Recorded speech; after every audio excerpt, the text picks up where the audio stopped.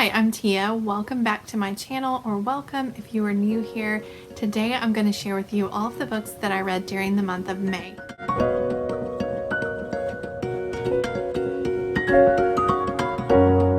So during the month of May, I managed to read 12 books. 2 of them were rereads, which were automatic 5 stars, of course. They were 2 of my favorite books of all time, so I knew that I was going to enjoy them. But actually, all of my other reads turned out to be really enjoyable as well. I only had 1 3-star read, and that was my lowest enjoyment level book for the month, and everything else was a 4-star or above. So I'm going to start off with my rereads, since I have talked about them probably a billion times on this channel. There's nothing else really for me to say about them at this point. So I reread Pride and Prejudice by Jane Austen for about the millionth time. I have no idea how many times I've read this book, but this is my favorite book of all time, and because May was my birthday month, I wanted to treat myself to a reread, and I of course enjoyed this. I also watched the film adaptation and just had a good time with it. I'm sure you already know what this book is about, so I don't need to spend any more time on it. And I also reread Austinland by Shannon Hale. So this is a Austen-inspired contemporary book. It's about a woman whose great aunt passes away and leaves her this vacation to a place in England called Austinland, where you go and basically dress up in period dress and interact with the other guests as well as the actors there. You basically have like 3 weeks to pretend like you are in Regency England, and everyone is guaranteed a happily ever after at the end. Of course, you know, it's with actors and stuff, but this is just an adorable, nostalgic read for me. I read this for the first time several years ago at this point, maybe, I'm not even sure how many years ago, but and I also watched the movie and fell in love with both of them, and so I reread them every year, like maybe twice a year sometimes. This time around, I can definitely acknowledge that it's not a perfect book, but for me, it just holds a special place in my heart, and I think I will always love it. In May, I also worked on continuing 4 different book series, which I was pretty happy about. Before BookTube, I used to binge series. I would just gobble them up one right after the other and didn't really take a break in between books in a series. But now, since starting BookTube, I don't know if I just get distracted by the other books that I want to read, but it's harder for me to stay on target with series, which I miss being able to do. So I was glad to be able to continue some series in May. So the first one that I read was actually the ending of a series. This is The Sinister Mystery of the Mesmerizing Girl by Theodore Goss. I buddy read this with my friend Trish, and this one is the 3rd and final installment in the Athena Club series, which is a series that follows the daughters of classical literature characters like Mary Jekyll and Diana Hyde, Justine Frankenstein, and others as well. And it's also interspersed with just other classic characters like Dracula and Sherlock and Watson, and just a whole bunch of others. So it was just a lot of fun based around that premise alone, had me hooked in. This one, well, in each book they solve a different mystery, and in this one in particular, 2 of like the main side characters have gone missing, and so the girls have to work together to discover what has happened to them and of course save the day. This one was probably my favorite installment in the series, maybe tied with the first one. It was just a lot of fun, and I felt like it was a great series ender, and these characters are just, I don't know, they ended up being really special to me. I loved the friendship that the girls had together, the banter and the joking, but they look out for each other and love each other even if they drive each other crazy at times. So it was just a lot of fun. And if you are interested in reading about classic characters from literature thrown into like this historical setting, but obviously not exactly their original storyline, like the author tweaks it a little bit, but also includes a lot of nods and stuff to their original stories. then I would definitely recommend this if that sounds at all interesting to you. I thought it was a really great series. I also read The Voyage of the Dawn Treader by C.S. Lewis. This is part of the Chronicles of Narnia series. I've been reading this series with my older daughter. We've been buddy reading it, and we are almost done. We only have one more book left to go at the point of me filming this. This one basically follows the two younger Pevensey children, Edmund and Lucy. They are staying with their aunt and uncle and cousin, and while they're there, the two of them and their cousin sort of fall into this portrait, this painting of a ship, and it turns out that it's the Dawn Treader, and it's in Narnia, and Prince Caspian is there, of course. And so it was a lot of fun. It was a really fun adventure. Personally, I missed the older children, and I wish that we got them back, but I don't think they're going to be in any of the other books. And honestly, their cousin Eustace was really bugging me for like most of the book. He's sort of a really annoying character, much the way that Edmund is annoying in The Lion, the Witch, and the Wardrobe. But by the end, Eustace grew on me, and I do like him more now. He's still probably my least favorite character. So while I enjoyed this, I thought it was a good adventure and it was well written and fun, I just didn't enjoy it quite as much as the books that have all four children in them.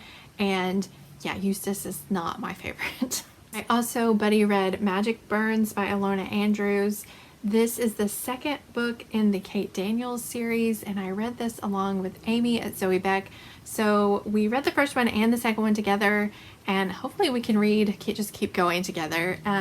This is a urban fantasy series that follows Kate Daniels, who is a mercenary.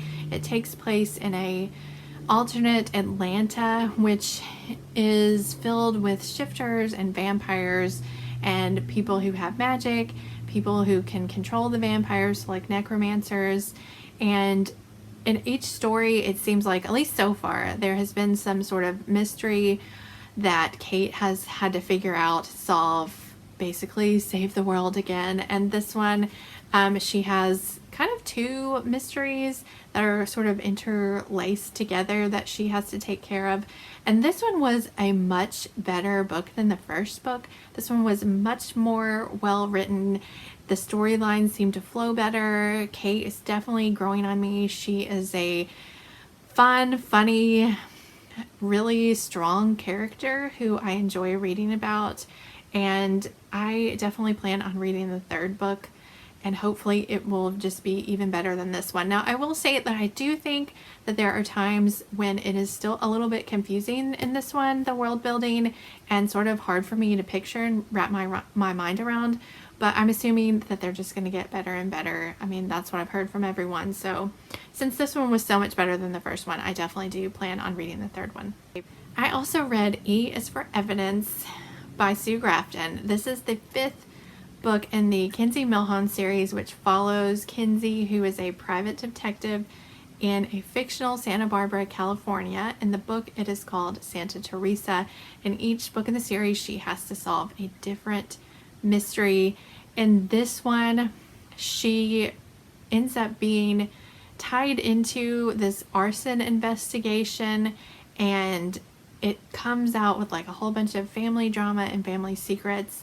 And this one was pretty intense, and also like really interesting. I just find these books to be like page turners and really quick comfort reads.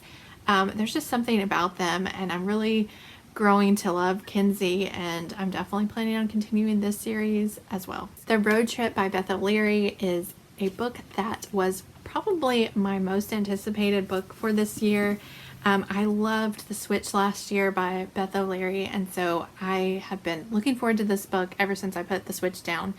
And this is actually one that I had pre-ordered from Book Depository, and I also had a NetGalley arc of this one as well, so it was good to be able to knock off one of my NetGalley arcs. This one kind of switches back and forth between the present day and the past as you try to figure out what happened between this couple to make them break up and why they haven't spoken in 2 years since their breakup. Their names are Addie and Dylan, and they are both on their way to a mutual friend's wedding in Scotland. Addie is driving there with her sister, and Dylan is driving there with one of his friends whose name is Marcus. And while they are on their way there, like right when they're trying to get out of town, I believe it's Marcus or Dylan, and anyway, whoever's driving their car, they end up rear-ending Addie and her sister. And so Marcus's car gets put out of commission, and the four of them, there's also a fifth person in the car. I mean, I don't want to go into too much detail, but there is a fifth person in the car. So they all end up deciding just to ride together and Addie's sister's car on the way to the wedding. And it's a really like stressful, tension-filled ride because there's so much history between this group of people. And like I said, you get flashbacks to the past to try to figure out what happened between Dylan and Addie in the past and how they got together. First of all, you see that, and then gradually how they ended up breaking up 2 years apart, and then you get like a resolution. But I just really love Beth O'Leary's writing. For me, this book was just, it wasn't quite as good as The Switch for me, but I still really loved it. And I think the only reason why it wasn't quite as good for me is because I really didn't like the character of Marcus. So he's Dylan's like best friend, and he is just like, he was just despicable in my eyes. And he did some stuff that I just felt like, I don't know. I mean, I can't say that it wasn't forgivable. I mean, I guess, you know, everyone deserves forgiveness for whatever they do, but I mean, there's a point where you just need to separate yourself from people, you know, like just if they can't change and grow, then you just need to put them in the past. You know, you can forgive them, but you don't have to keep them in your life so they can just keep screwing things up. And that's how I felt about Marcus. Like, he just really, really, really bugged me. And I mean, by the end, I wouldn't say that he grew on me, but you do get a little bit of his backstory, and yeah, I don't know. Marcus was the main reason why this wasn't a 5-star. I love the road trip aspect. I thought it was incredibly humorous. There was some extremely laugh out loud parts, and the sister relationship between Addie and her sister was amazing. I loved the two of them. Their parts were probably my favorite parts. I did enjoy Dylan as well. I just didn't like his character quite as much as Addie's, but really Beth O'Leary's writing, I think, is the standout here. Her books are just incredibly consumable, and I just enjoy what she writes. So I'm already looking forward to whatever she's gonna put out next. I also read The Little Wedding Island by Jamie Admons. This is another contemporary romance, and it is following these two characters who are actually reporters for the same like umbrella company, but they work for 2 different magazines. And the main female girl, she works for this wedding magazine, and she believes in happily ever afters, and she loves everything that has to do with weddings. And the guy works for like this men's magazine. They end up getting into like this Twitter war, and their 2 companies decide that they are going to send them to this little wedding island that has this rumor going around about it. I don't know if it's a rumor, but anyway, it has the story behind it that whoever gets married at the wedding chapel there never gets a divorce. So like out of all the weddings that have ever been done there, no one has ever gotten a divorce. So they want to send these 2 reporters there to go head to head to get the scoop on this island and figure out exactly what's going on there and why it is that no one gets a divorce there, if this is even true. Well, Bonnie, I wouldn't say that she hates, I think his name is Rowan. She doesn't necessarily hate him. She hates his like Twitter persona and the way he acts like through his magazine, but when she meets him in real life, she thinks that he's a good guy. So anyway, it ends up turning into like a fake engagement story. They pretend to be engaged so that they can get this story on the little wedding island, and it just goes from there. Honestly, at the beginning, I was a little bit iffy about this one. It just seemed like really cliche and sort of forgettable, but by the end, I was like fully invested. There is this dog on the island whose name is Puffin, and he and Rowan have like this connection, and they're so adorable together. And I fully recognize that this book is completely like over the top, filled with saccharine sweetness. It's completely unrealistic, but it had me by the end. I honestly was like tearing up. Rowan has like this like intense emotional speech at the end. I remember I like turned to my husband and I was like, listen, I know like no one would ever, I don't know any man who would ever actually say this in real life. Like, my husband is like the nicest guy that I've literally ever met, and I just can't imagine that he would ever come up with this huge romantic speech. Maybe there are some men out there who would. I don't know. It just seemed completely unrealistic to me, but I still was like crying over the dumb thing.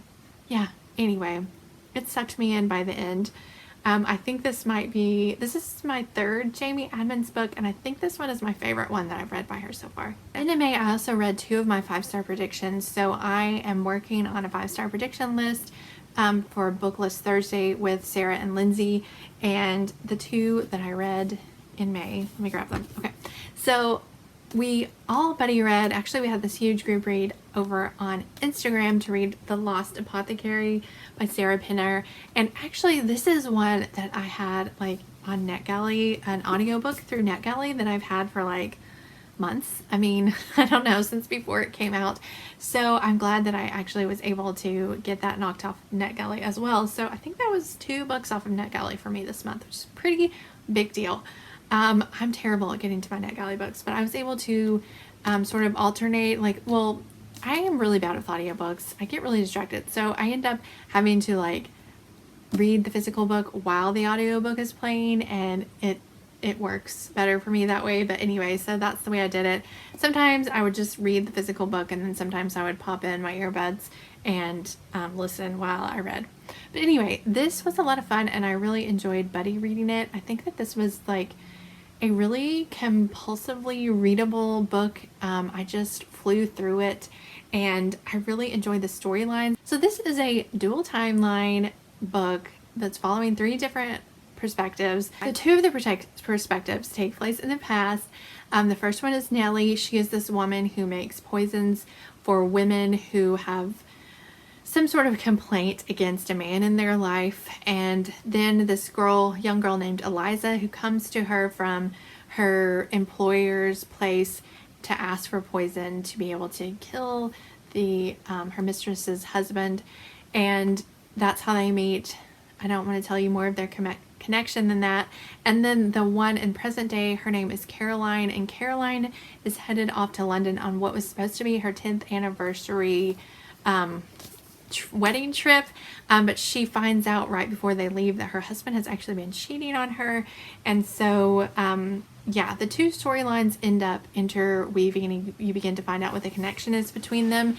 And I did really enjoy both storylines, although I found myself wishing for more of the historical timeline. I definitely wanted to read more about Nellie and Eliza than I did about Caroline. I mean, Caroline sort of grew on me, but her story just wasn't quite as interesting, probably because I like hated her husband. Like, he was the worst. I really enjoyed this. There was a bit at the end that I wasn't too keen on, which obviously I can't tell you what it is without giving it away. There was just something that happened at the end that I just felt was unnecessary. I felt like it could have been wrapped up in a different way that would have been more effective, but I'm not a writer, so what do I really know? Yeah, I definitely would recommend this book if you haven't tried it already.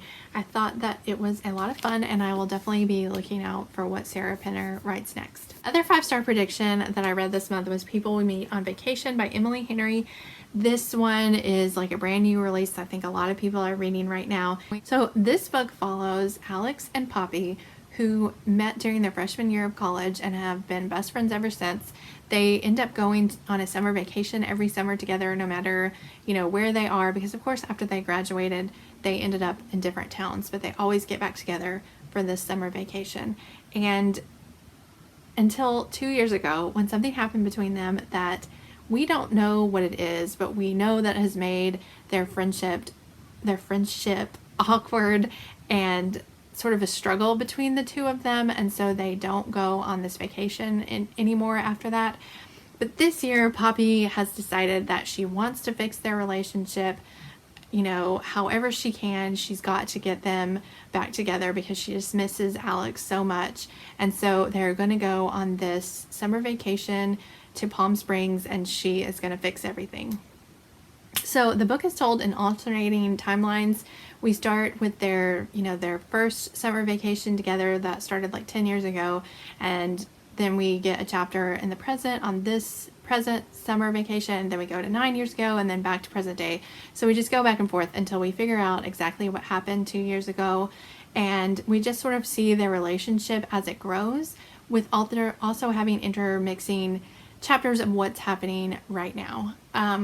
I really enjoyed this book. I really enjoyed the characters of Alex and Poppy. I loved them both equally. They were like complete opposites, but they just really loved and supported each other so well, and they complemented each other so well. Their personalities just like, they just seemed to go together even though they were so different. And the only thing that sort of bugged me is it kind of got confusing because they were both told from Poppy's perspective. When she would flash back and forth between the past and the present, the way that it was told was sometimes like confusing, like, okay, wait, now which year is this are we in? Is this the present? Or are we in the past again? And sometimes I would have to look back at the chapter headers to make sure I was in the right place, because I feel like, I don't know if it was like the verb tenses that were used or the way that she was telling the story in the past just didn't make it that clear for me exactly sometimes which part I was in. But I mean, that's a minor complaint, I guess, because overall the book was really enjoyable. And I don't know how everybody else feels, but I actually enjoyed this book more than Beach Read. Yeah, I don't know if it's the characters that I enjoyed more or what, or that this one really felt like a summer read because it was all taking place in the summer and they were like really hot all the time in Palm Springs. And anyway, I enjoyed this one more than I enjoyed Beach Read for sure. Next, I read Allergic by Megan Wagner Lloyd and Michelle Mee Nutter. So this is a middle grade graphic novel that is following this young girl who's got two twin brothers who are absolutely best friends. They're each other's person, and then her parents are about to have another baby, and she thinks that the baby is sort of going to take her place as like her dad's best girl and that kind of thing. And so she is desperate to get a pet, specifically a dog that can be like her person, who loves her and, you know, be her partner in crime or whatever. But then when they go to get a dog, she ends up being allergic. She finds out that she's allergic to everything with fur and feathers, which is incredibly disheartening for her. But this book just turned out to be so adorable. I just really, really enjoyed it. I thought it was heartwarming and just a lovely story that I think kids will really enjoy, specifically for kids who have allergies. You know, it'll be good for them to see themselves in a story like this. And for other kids who don't have allergies, it'll give them a glimpse into what other people who have allergies experience. So yeah, it's a really fun graphic novel. I'll show you like a little glimpse of the inside. It is super cute and just definitely like I don't know if I would call it like a coming of age story, but it was just a lot of fun. I don't know what else to tell you besides that. Really heartwarming, cute, fun story. And then the last book that I read this month is my 3-star read, and that was A Fall of Marigolds by Susan Messner. So this one is another dual timeline, dual perspective book. It follows two different women. One of the women is a nurse on Ellis Island in 1911. Clara was present for the Triangle Shirtwaist Fire, and that has really affected her, what she saw and what she experienced. She's almost gone to Ellis Island to sort of like, I don't know, hide away from everything, all of her feelings from that. It's like she can't really deal with it, so she's just gone to Ellis where she doesn't have to be around anything or anyone that's related to what she went through there. And then the other timeline is following a woman named Taryn who lives in New York City in 2011, and she actually witnessed the fall of the Twin Towers on 9/11, and she lost someone on that day through that experience. And so she is dealing with all of the feelings and emotions and all of the baggage from having gone through that. And both of these women come across this scarf that has a fall of marigolds on it, and that is sort of what ties their two stories together. I really enjoyed both of the stories, and I enjoyed both women. There were parts of Clara's story in the past that began to feel a little bit unbelievable, and some things that happened in the plot line were completely unplausible to me. So that's why I ended up giving this 3 stars, is because I just felt like some things in the plot just came out of nowhere and didn't make any sense. And I feel like the connection between the two storylines was a little bit forced. I mean, the only thing that was really holding them together was that they both came across this scarf, and it just, I don't know, there was just so much that felt really forced about this. Now, Susan Messner is a really good writer, and her writing this book and the other book I read by her, As Bright as Heaven, they're so easy to like consume and just fly through. But yeah, there was just too much wrong with this plot for me to give it any more than 3 stars, which was a huge disappointment because I expected to give this 5 stars, honestly, because I loved As Bright as Heaven, and I have at least 3 or 4 more of her books on my shelf, so I'm a little bit nervous about them now that I've read this one. Yeah. So anyway, let me know if you've read this one and what you thought. Do you think that her other books are better than this one? Should I be nervous or not? Just let me know. So those are all of the books that I read during the month of May. Be sure to let me know down in the comments if you have read any of these books and what you thought about them, or you could let me know what your favorite book was that you read in May. Maybe I will get a chance to pick it up at some point. If you haven't already, be sure to click the like button and hit subscribe. It really helps my channel out a lot, and then you will be sure to be notified for any future videos that I post. Thank you so much for watching. I hope that you are all doing well, and I will see you next time.